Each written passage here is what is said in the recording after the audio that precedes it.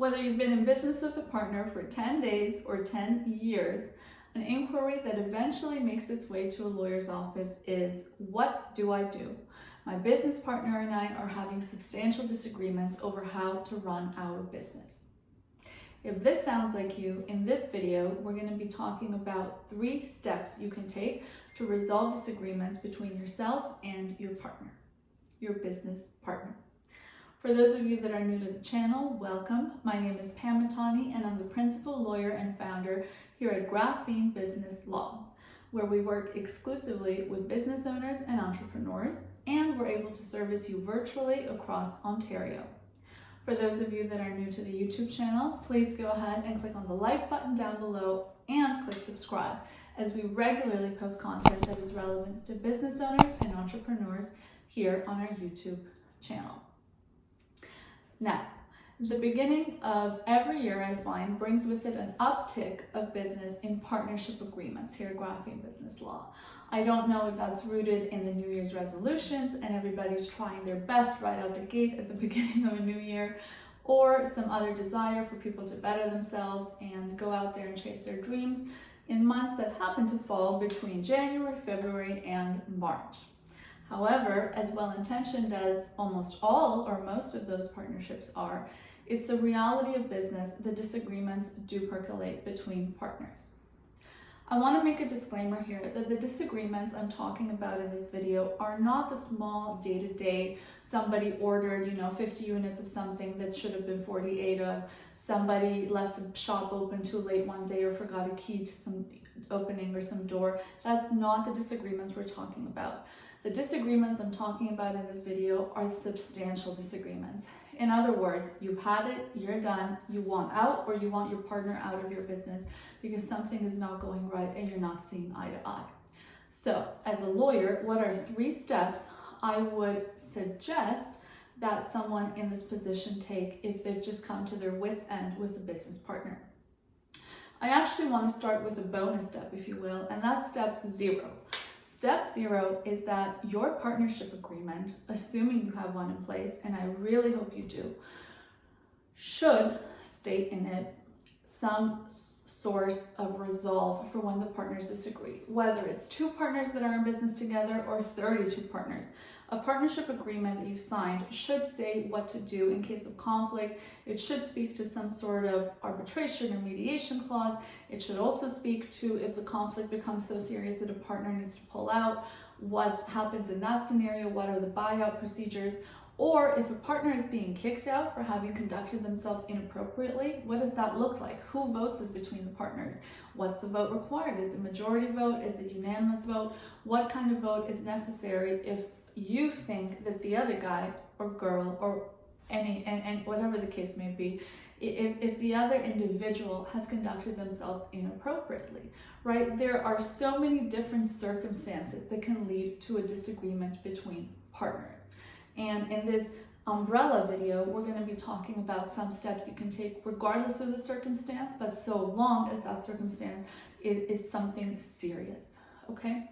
So as I mentioned, step 0, of course, as is always the truth with legal matters, is that age-old adage that an ounce of prevention is worth a pound of the cure. Make sure, if you don't in this partnership, that in future partnerships you consult lawyers, you have good partnership agreements in place that protect yourself, but also protect your partners as well. You should want what's best for the people you're entering business with. It's not, we don't enter business with somebody because we're hostile, because we're adversarial, right? That can end up taking place, that kind of behavior during the course of the partnership, but at the very least, at the beginning of, 2 becoming 1 or 32 becoming 1 as a result of this partnership agreement, we should all want to protect each other as well as ourselves, okay? So that's step 0. Step 1, as you can imagine, and these steps go up in intensity, if you will, is communication. If you've noticed something that your partner is doing that you strongly disagree with, you've had a bunch of conversations, maybe casual texts have been exchanged, phone calls have taken place, what I suggest, keeping in mind that this is not legal advice, I'm putting this content out there for educational purposes, and if you're really in this scenario, please consult a lawyer, including here at Graphene Business Law. Our slogan is literally all business, all the time. This is all we do as we work with business owners, okay? So you're free to reach out to us at any time to discuss partnership agreements and the conflicts that can take place. You can also reach out to any other lawyer of your liking. That's not the point of this video. The point is to give you some suggestions as to how to better your situation for when you get in front of a lawyer, no matter who that lawyer is. I was saying, step one is the least severe in intensity, if you will, but it is a foundational step in resolving disagreements between yourself and your partner. And that's going to be have a conversation about it. I want to be very clear here. We see a lot of law cases going wrong as a result of phone call conversations, okay? I remember, as far as anecdotes go, even in my days as an articling student here in Ontario, which is articling in Ontario is like a mandatory legal internship that takes place after we graduate law school and right before we're called to the bar as lawyers. Even in my articling days, I remember sitting, my articling principal brought me onto a case and to a lot of cases, but in this one in particular, I got to sit there and take notes, and the amount in question was a swing of $20 to $30 million, so a fairly substantial sum of money that partners were disagreeing over. And every time this one partner, who obviously I'm not going to name for confidentiality reasons, every time this one partner was asked by his other partners, let's have a conversation, his response was the same two words every time: call me, call me, call me. If it's call me, it comes down to a he said, she said. Don't do call me. Don't do call me. Follow step one, make a setting where open communication can take place and you address head on the disagreement you're having between yourself and your partners. And even better, keeping in mind that now we're assuming we're crawling into that adversarial territory, right? We're obviously meeting with these people because we disagree with them and to talk about the disagreements. Once you're done that meeting, which would take place verbally, you know, I know some people record these things, some people don't. There's a lot of case law out on how useful those recordings are, but what is always useful within the law is the written word. So after you have that conversation with your partner, sum it up in an email and say, you know, further to today's meeting, I just wanted to outline, these are the disagreements we've been having, this is where we left things today, and this is what next steps are for us. Paper everything around that disagreement moving forward, okay? And hopefully it would be a wonderful world where within that very first step of open communication, you're able to come to a resolve with your partner. And in this first step, by the way, I know some people, a lot of businesses are family businesses, and a lot of time partners are people that know each other personally. So you see oftentimes, you know, my wife she can mediate between the two of us, my neighbor, my uncle, my grandpa.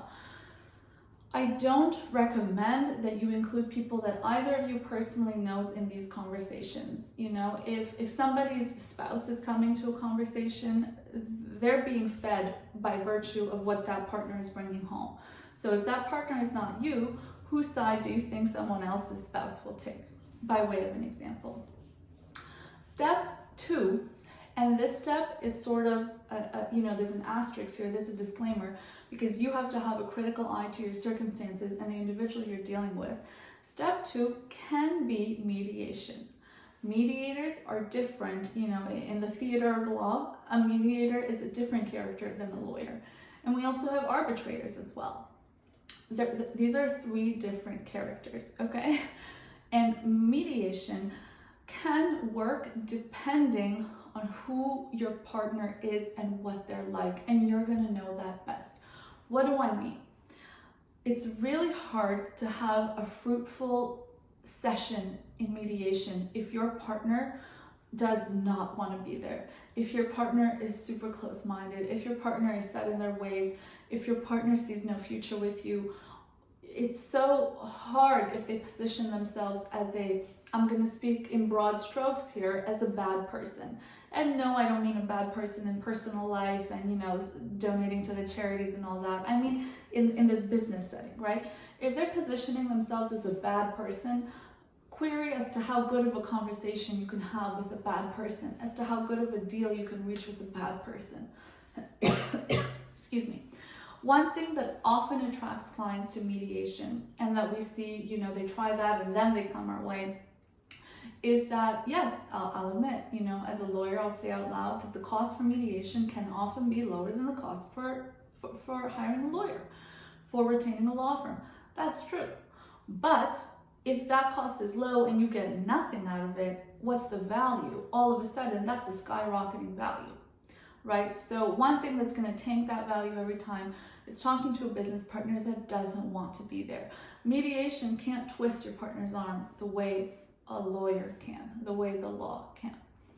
Another thing to come out of mediation, even if your partner, in a world of, it's a spectrum, of course, but assuming for the purpose of having, a 10 or 20 minute YouTube video as opposed to a 2-hour video. In a world where our business partners can be, once we're having disagreements with them, they can be super amenable to coming to a mutual resolve. They can be in the middle, or they can be absolutely not into it. This latter party, we've already discussed how mediation wouldn't be a good setting for that. What if your partner's in the so-so? So you bring them, you come to some sort of agreement in mediation, and then time comes to enforce, and your partner says, sorry, I changed my mind. Because remember, we were dealing with a so-so partner. A huge disadvantage of mediation is that it's not binding. Now, I want to be very clear here because I've identified 2 negatives of mediation. And I don't want it to come across that this is an anti-mediation video. It's not. It's just if the shoe fits, right? These aspects that I've identified, to put that education out there, to put that word of caution out there, because like I said, I know a lot of people fall to that mediation step owing to lower costs. I know running a business, sometimes things can get tight financially. These 2 aspects I've mentioned only work as negatives if your business partner is on those parts of the spectrum we talked about, if they're so kind of undecided, or if they're super adversarial. If your business partner is a friendly party, mediation can be a lovely step for them, because all of a sudden we eliminate the 2 biggest issues. Your partner is not going to be brought in there, kicking and screaming, because they're a friendly party, and your partner will be so much less likely to change their mind and sort of, as the colloquial saying goes, stab you in the back if they're a super friendly, open party, right? So all of a sudden, those 2 negatives, depending on the wrong business partner, can become positives if your partner is a friendly, open party. But that's up to you, and that's how I started step 2 by talking about, mediation can be a step 2 if you have really evaluated your scenario with a critical eye and you feel you can trust that step 2 with your partner, okay? Step 3 is going to be, as you've guessed it, if we're going up in intensity, step 3 is going to be going to a lawyer, okay? A lawyer, now we're going to be taking a real hard look at whatever paperwork you have for the partnership. Paperwork is going to mean, of course, the partnership documents, the partnership formation, what terms are in there for you to get out or for you to maybe kick somebody out, or for things to lead up to a place where they want to leave, but what do you owe them, right? Because arguably that partner would still have spent time and effort to building up a partnership, even though you're just now having a disagreement. So as a lawyer, we would look at whatever documents you bring in. Remember, step 1 was to paper things once the disagreements emerge, right? So we would be looking at that, as well as what subsequent agreements have taken place, what subsequent conversations have taken place, what subsequent patterns of behavior have taken place that you have evidence of, right? And depending on that, depending on how strong those materials are, you might not have much, and while obviously that's not a good starting point, it's a reality for most, and it is what it is. We still need to do the best moving forward and in a legally adherent matter. So depending on what papers you bring our way, we would then, seek to resolve the situation in a way that is adherent and up to date with the law as it stands today. Business law principles as they stand today when it comes to partners splitting apart, when it comes to damages you might be entitled to for something your partner has done, when it comes to money they might be entitled to from you in terms of fair market value of whatever shares they hold in the partnership, and as I mentioned, as a result of their hard work, okay? And step 3 obviously can go all the way up to bringing the matter in court. If you're talking with a lawyer, it goes without saying, we'd have the qualifications to bring the matter to court. But ideally, you know, we can solve things and reach a settlement between yourself and your business partner, looking at everything on all cards open on the table, whatever partnership documents you have, whatever history you have with this person, and trying to make a fair deal. Having a disagreement with a partner should not be reason to try and jib them out of, you know, kicking them out of the partnership. And it also, though, shouldn't be incentive for you to be shouldn't be incentive on their end for you to be taken advantage of, because they can see how hard these disagreements are on you.